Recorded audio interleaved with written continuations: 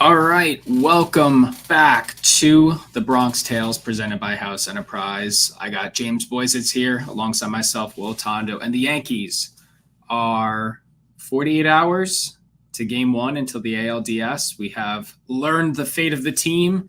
It is not the Orioles, it is not the Astros, it is the Kansas City Royals. Who would have thought three teams in the AL Central, the powerhouse division that we all were thinking of from back in April, are running the chips, and they're the three teams alongside the Yankees in the final rounds of the American League. And James, I mean, we've been talking offline. I think all Yankees fans are partially a sigh of relief where, at the end of the day, this team is super.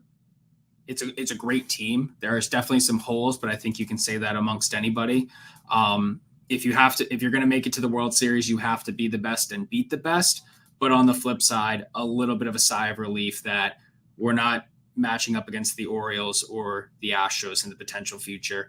But it is still a gritty team with the Kansas City Royals. So what are your thoughts? What are you feeling? How are you feeling? And let's just dive right in.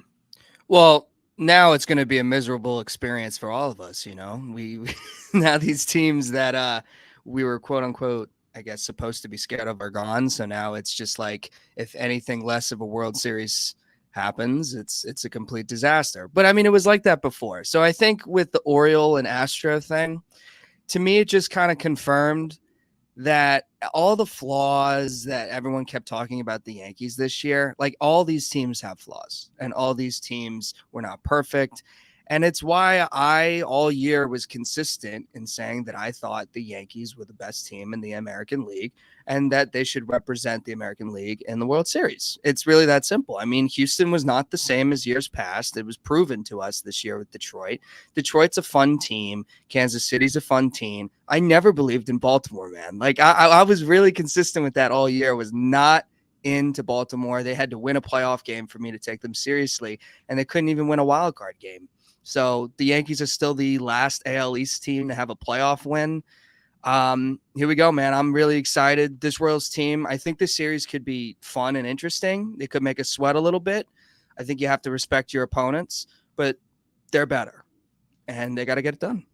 They got to get it done. And, we could take this conversation a few different ways, but I guess let's just kick it off before we dive into, the depths of the Yankees. I mean, you talk about that Orioles team.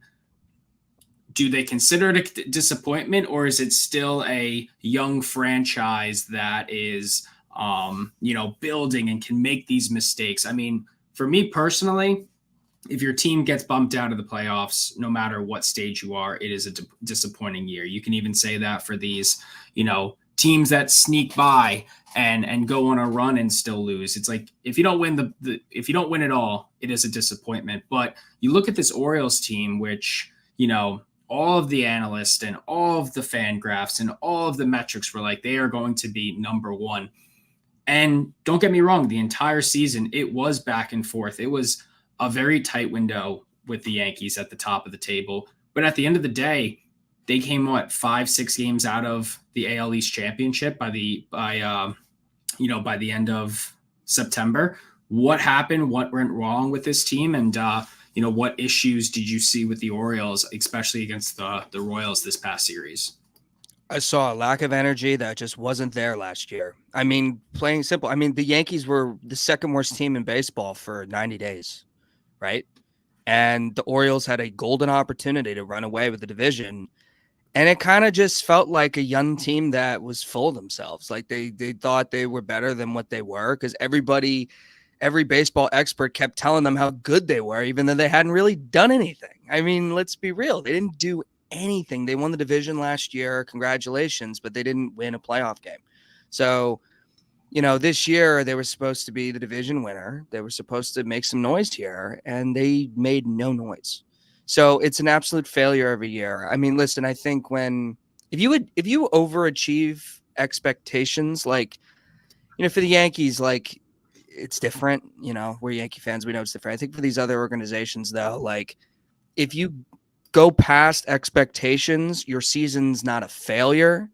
So like for teams like Kansas City, for teams like Detroit, like if they lose in the playoffs, I don't think you could say their season's a failure or anything, but you're right, it is disappointing and that should be remembered. But the Baltimore Orioles season is not just disappointing, it's an outright failure. Houston, I'm not going to say is like when you've done as much winning as Houston, like they're bound for like a decline. So I think it's like whatever with them. But like Baltimore, who has not won anything, who has this young talent, they got to get better. And quite frankly, they got worse this year. Yeah, so let's dive into this this Royals matchup. When you look at especially, the Royals as most recently played the Yankees a couple weeks ago. I'm looking up just the stats. I know there was one game, Seth Lugo. I was at that game. Seth Lugo dominated, and the Yankees didn't score. I think they lost 5-0. Yeah, so that was September 10th, because I was at the September 9th matchup where they were down for a little bit and then came back to win 10-4, and that was just a full, offensive firepower at the end. But yeah. What do you see as the biggest threats for the Yankees right now with the Royals matching up right against them? I think it's their pitching. I think you have to say their pitching. And I say that because I'm used to the Yankees not hitting in October. Like they just don't hit enough. They really don't though. Like they really don't hit enough. So when you got really good pitching like Kansas City does, like that does scare me.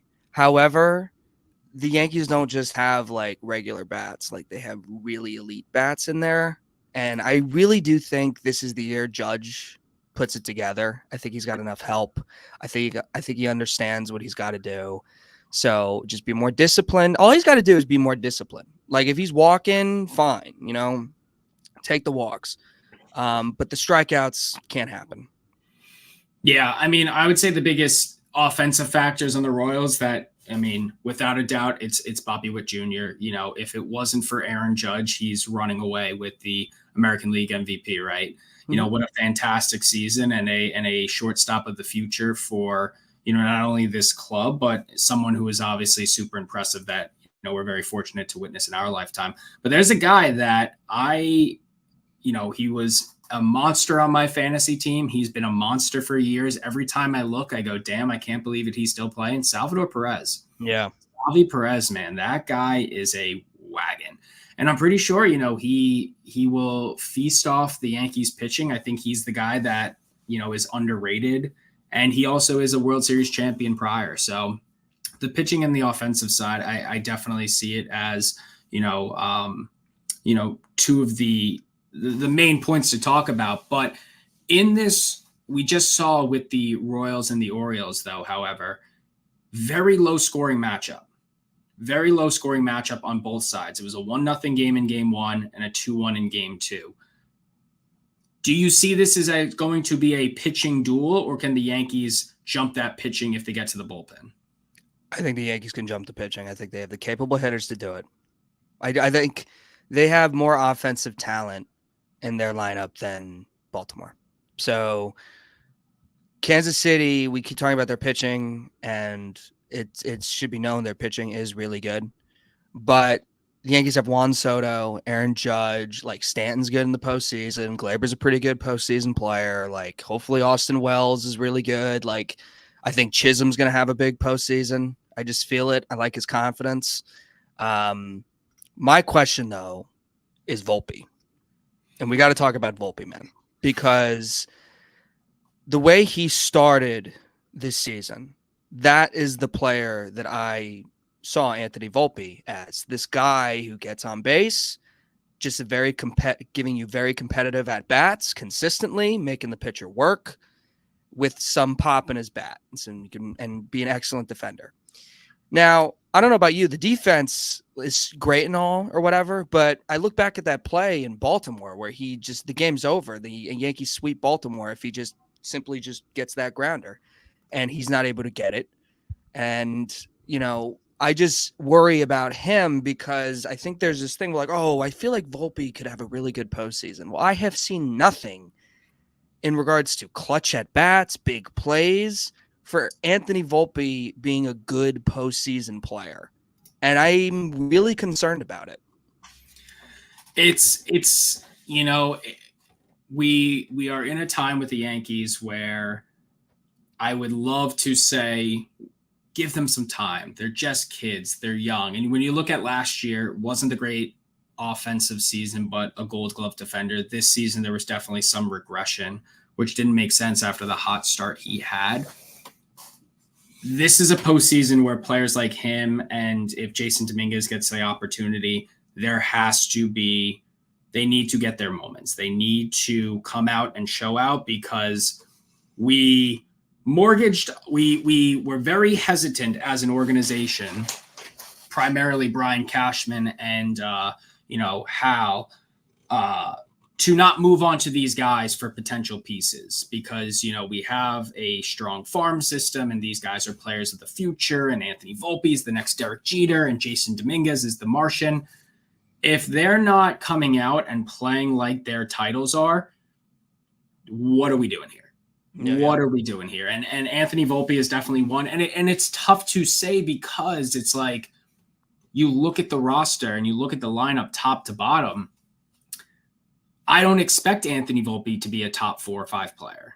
When you look at, and that's kind of sad, dude. I know, but it's like if you look off the bat, it's like obviously I expect the most from Judge.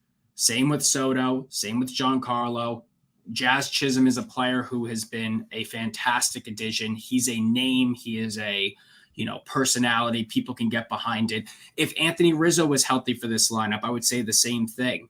Gleyber Torres has been on this team for a while. He has found his groove at the leadoff spot.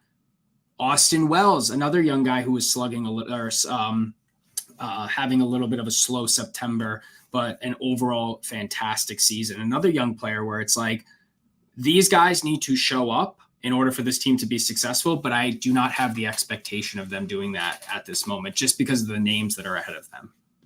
Yeah. No, I totally agree. I mean, listen though, but Volpe, no one remembers how bad his regular season is if he comes out and really plays well in the postseason. Then you have to look at him and be, enthused. But the Jeter comparison, we got to stop it. We just got to stop 100%. it. I mean, I'm not saying you were comparing him to Jeter because everyone was obviously. Everyone was comparing him to Jeter. This guy is so the opposite of Derek Jeter. The only thing, just as players, obviously they're good kids. They're good mannered people. But Volpe is great defensively. Jeter wasn't great defensively. Jeter was a clutch hitter. Volpe is not at all. So I think we need to. The Jeter trades. They were born in New Jersey. That's it. That's really it. Yeah. And listen, Jeter says he likes him. I think a lot of ex-ball players really like Volpe, which I think matters a little bit.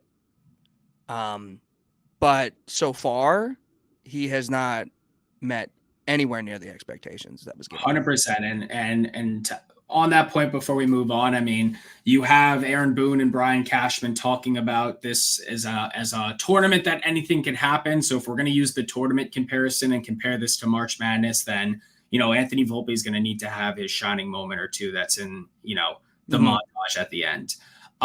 Let's look at the roster overall. So we're definitely in a unique position where there are definitely some few players that surely would have been locks to be on this roster.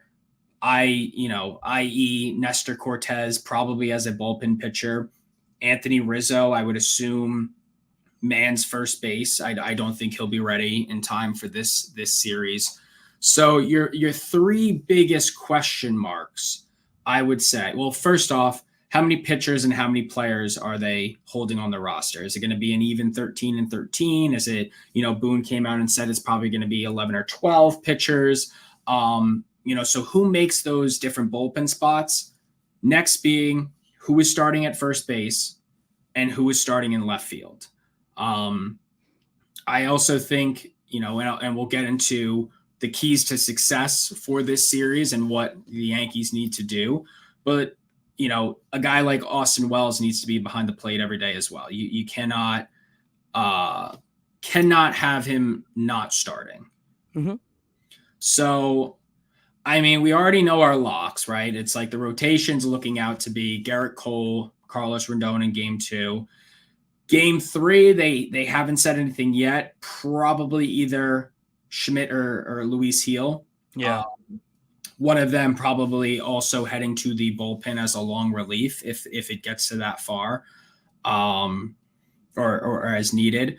Mm-hmm. You look at the bullpen. I mean, the locks are Luke Weaver, Ian Hamilton, Tommy Kahnle, Jake Cousins, Tim Hill, one of Luis Heel or Clark Schmidt.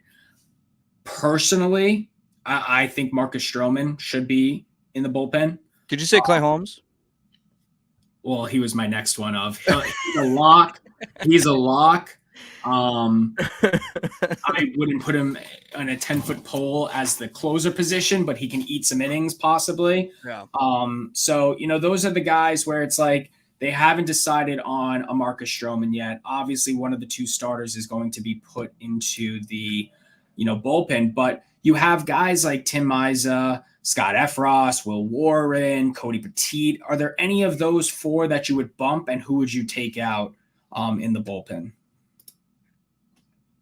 I mean, I think that's fine. I think just do what you've been doing. The bullpen has been fixed, kind of.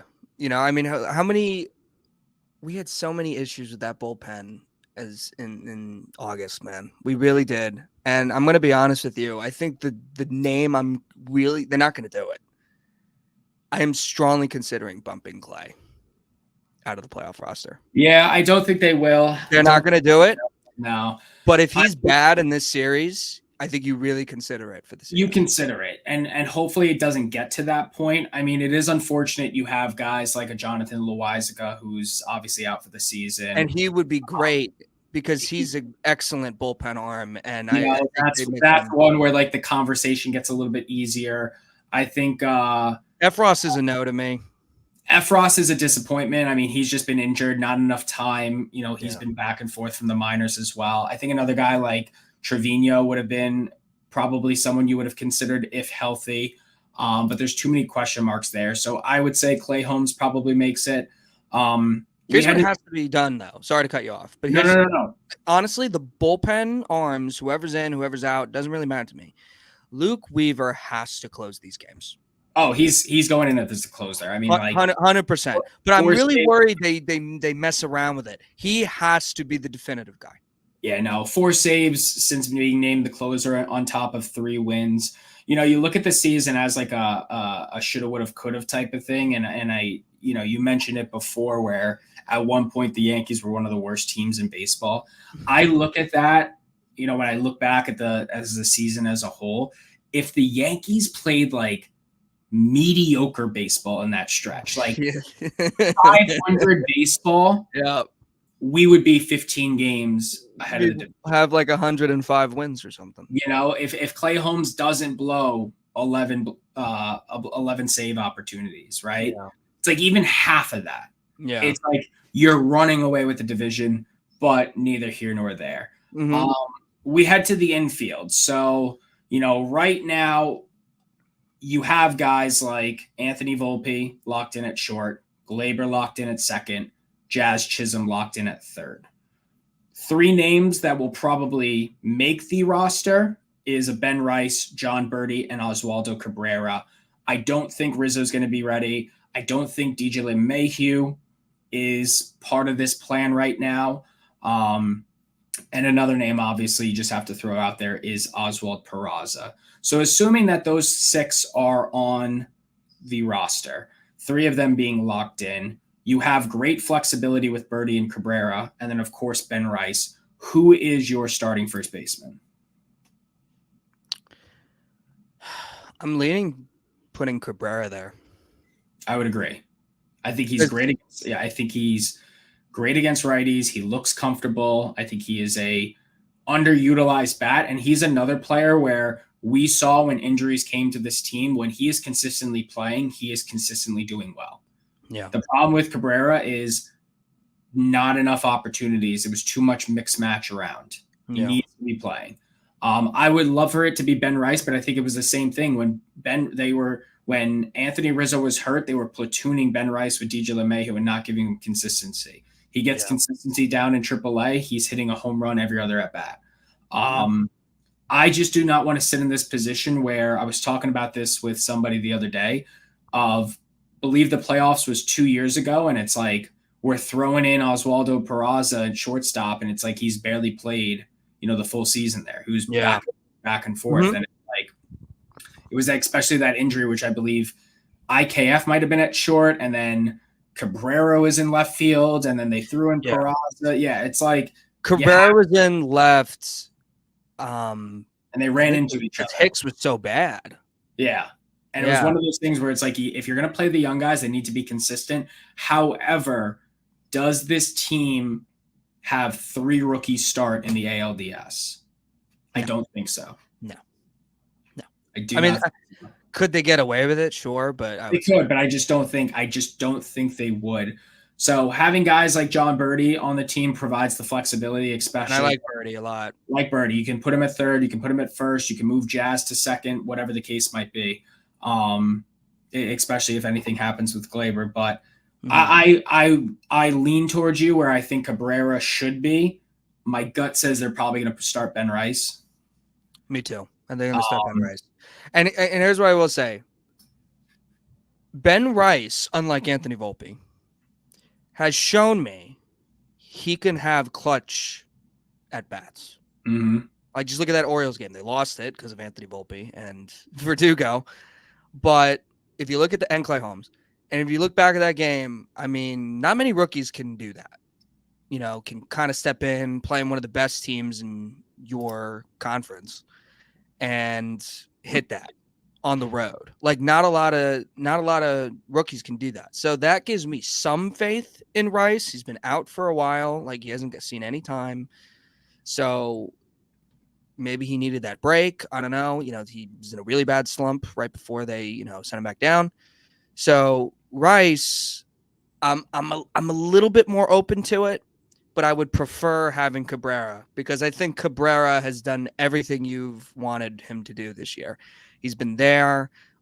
He provides an energy, provides athleticism, provides flexibility. I feel for him because he's like, this would be possibly, again, another postseason where he's playing out of position.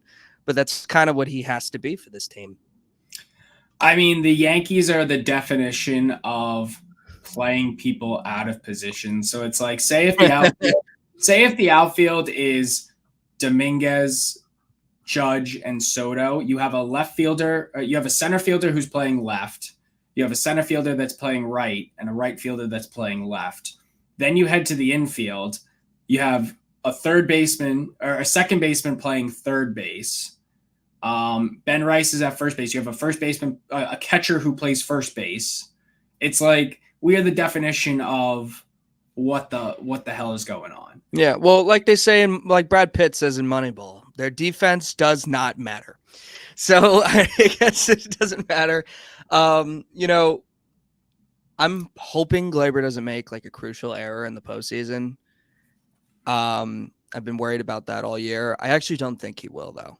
I think Glaber, when he's locked in, and he's not always locked in, when he's locked in the playoffs, he's going to be good. So, yeah. And you got to give Cashman some credit for not trading him. I think he saw, like, listen, we know Gleyber Torres, we know his history, we know he's not the player that he has shown in the first few months of the year. We know that this guy knows that the only way he gets a contract now is if he performs in the second half of the year in the postseason. It's exactly what Gleyber Torres is doing. So he probably thought about it when he traded for Jazz Chisholm, but I think you got to give Cashman gets a lot of hate here. So we got to be somewhat fair. He made the right move not trading Gleyber Torres, it looks like, for now. I don't disagree, and I'm glad we didn't sign him to a massive extension either. It was in that bucket where it's like lock him in. There's not many second basemen on the market, so we will discuss that hopefully after a ticket tape parade.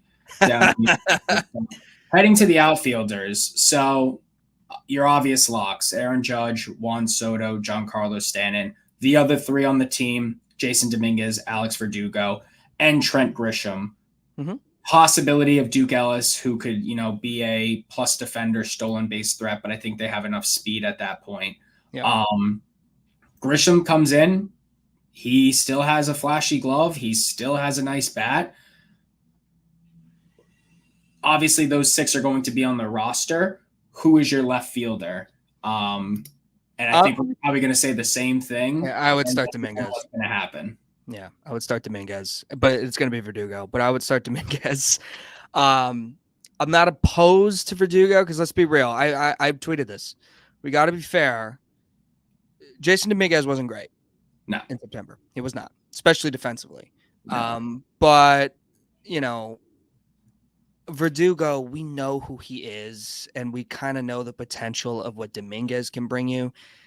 I would start Dominguez because I think the ceiling is much higher if you start Dominguez than it is with Verdugo. And to me, that beats any floor you have with Verdugo. I agree. So we look at that. I mean, we're pretty much we're lockstep there. My perfect lineup. I got Glaber leading off at second. I got Soto right field in the 2-hole. I got Aaron Judge in center at 3. Cleanup, Austin Wells catching. Give me Giancarlo, DH number 5. Jazz at 3rd, at 6th. Dominguez, probably Verdugo at 7. Ben Rice, I mean, I would put Cabrera, but it'll probably be Ben Rice in the 8. Mm-hmm. And closing us out, Anthony Volpe at 9. Yeah, I think that's the one. I think that's the move. I agree with you 100% there. That is. It's unfortunate this Rizzo injury did happen because I was liking what he was giving us, even though I think he showed flashes of healthy Anthony Rizzo like right before. The injury was unfortunate because at the end of the day, it's like you even say that with a guy like DJ LeMahieu, you're still having him in the roster. You're still having him. It's one of those things where it's like you. If it's DJ or Anthony Rizzo, I take Anthony Rizzo. But if DJ's healthy, you'd put him over a Ben Rice or a Cabrera, unfortunately. But they would. Yeah. I mean, I just liked Rizzo's veteran presence. And who knows? Maybe we'll see it. I think hopefully he'll be on the bench. Hopefully. Yeah. Hopefully especially at being home. So when we look at this, keys to success, and the obvious answers are have a great pitching matchup and hit a lot of home runs. But to break down the crux of it, my biggest keys to success, and it's obviously starts with a Garrett Cole. Now, I'm not expecting a CC Sabathia type performance where you go 9-inning shutout and call it a day. Right. But Garrett Cole, for the sake of also the bullpen and this team, needs to go 6 innings, 7 innings at ace-like material. I'm okay with a run or 2, but it's got to be, something to give this bullpen a chance so we're not eating pitchers throughout. Mm-hmm. That is number 1. Same goes for Rodon. Same goes for, obviously, longevity in the pitchers is what I need. I'm not expecting perfect. I just need longevity. The second is no funny business from Boone. No bullshit from the bullpen. No, if, the starting rotation is shaky or, after a third turn of the lineup, if people need to be pulled, then people need to be pulled. Do not test the limits unless things are going great. Putting the right roster at hand, which obviously the funny business will be the left field and the first base. But even, I brought it up in the beginning of the show. Wells is catching. Wells is the starting catcher. Do not do this lefty-righty bullshit. Wells is the catcher. Do not put Trevino in. That's no discredit to him, but it's like this is not a Tuesday afternoon game against the Pirates. This is the ALDS where the path is more clear. The expectations are at an all-time high. Put the roster that will win. We're going to find out how good of a manager Aaron Boone is officially this postseason. This is the first time Aaron Boone has had a team that is definitively the best team in the American League. Yeah. I'm not saying Boone has to win a World Series this year just because like it's really hard to win. So I'm not going to sit in here and tell you like it's a complete failure. If the Yankees say lose a tough series to the Phillies in the world, I have the Dodgers in the World Series, like, or even the Padres. I thought that would be annoying because he just traded for Juan Soto. That wouldn't look great. But my point is just getting there. He has to do it because he was brought on and has not gone past Game 7 of the ALCS, which is what the Yankees fired. That's when the Yankees fired Joe Girardi. He has not gotten past anything Girardi did. So this is a huge year for him because, and we said this at the beginning of the year, Aaron Boone, this is it for him because, if he doesn't get to the World Series, he should be gone. However, if he does go, maybe even wins, that contract extension is waiting for him. So if the Yankees act like any normal organization, which sometimes they don't because they keep their guys for a very long time, there's nothing I can't rip Brian Cashman this year. This team is definitively built to win it all. And the manager's got to get it done, which is why if they don't make it, I believe he will be gone. Because this is where, I'm all for the expanded playoffs. One, because there's a ton of teams. It's 162 games. It's months and months of a season. It does suck at that point where it's like, you feel bad for the teams that miss it at the cusp because it's like, damn, we talk about the Diamondbacks. Now, again, there's a whole, deeper meaning behind this, but it's like their season came down to one day, a doubleheader. Mm-hmm. In or out. So it's like, I do get that, right? But on the flip side, the layoff and having this break kind of sucks because we saw it last year. Every 100-win team got bounced. They got cold. They got complacent. And you have teams that are theoretically teams of destiny. I mean, if you look at the Tigers and the Royals, more specifically the Tigers, that is a team of destiny. That is a team that I think will beat the Guardians. Yeah. I think the Guardians are a better team, but it's just in terms of team of destiny. They are hot at the right time. Mm-hmm. And we've seen that for years. When the Braves won the World Series, when the Rangers won the World Series, hot teams at the right time. So if the Yankees do get bounced, if Aaron Judge is cold and Juan Soto is cold and all this stuff, they're going to blame the layoff. If the bullpen gets shelled and the starters are inconsistent and the lineup is bullshit, it's because it was the same problems that we've had since April. Despite winning the AL East, despite being the best team in baseball in the American League, there was holes on this team that were not addressed and not fixed from the top of the year, from the deadline, from the management, from everything. If Clay Holmes comes in and blows some shit, it's not because of the layoff. It's because he should not be in the position to be blowing games. Yeah. No, so I mean, that's the two narratives. If our guys get cold, it's because of the layoff. Because at this point where Aaron Judge should not be, going 1-18 in a series, right? Yeah. But if the bullpen comes in and shits the bed, well, we've seen it before, and we've seen it this season. Yeah. So they either blame the layoff or they'll actually take accountability. Hopefully neither, because they get it done. To close things off, prediction, ALC, ALDS, what do you got? I have Yanks in 4. I agree. I think they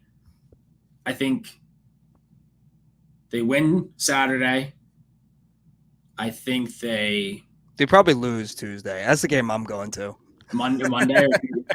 I think. Or I'm sorry, Monday. I meant like second game. I think they win both at home and drop one in Kansas City. I hope so because I'm going to that Monday game. So I hope they pull it out. On the flip side, Guardians Tigers. I think that's also a 4-game series. I don't think Tigers in 4, huh? I think Tigers in 4. I worry about the depth of their starting rotation because they're very bullpenny.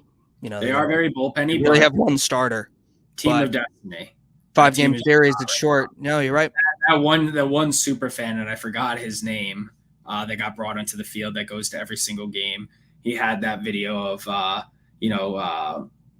one of the players tossed him up a pumpkin seed and he kept it instead of a sunflower seed. And he goes like, sunflowers are the summer, pumpkin seeds are October. Yeah. Pumpkin seeds are for playoffs. And it's like, you can't, from a gambling perspective, from a mental standpoint, you just can't deny that. But I will say the first round, the last week of baseball has been very exciting from the regular season on to the playoffs. I think the Mets Brewer series has been fantastic. I think, Yeah, and they're down 2-0 as we speak.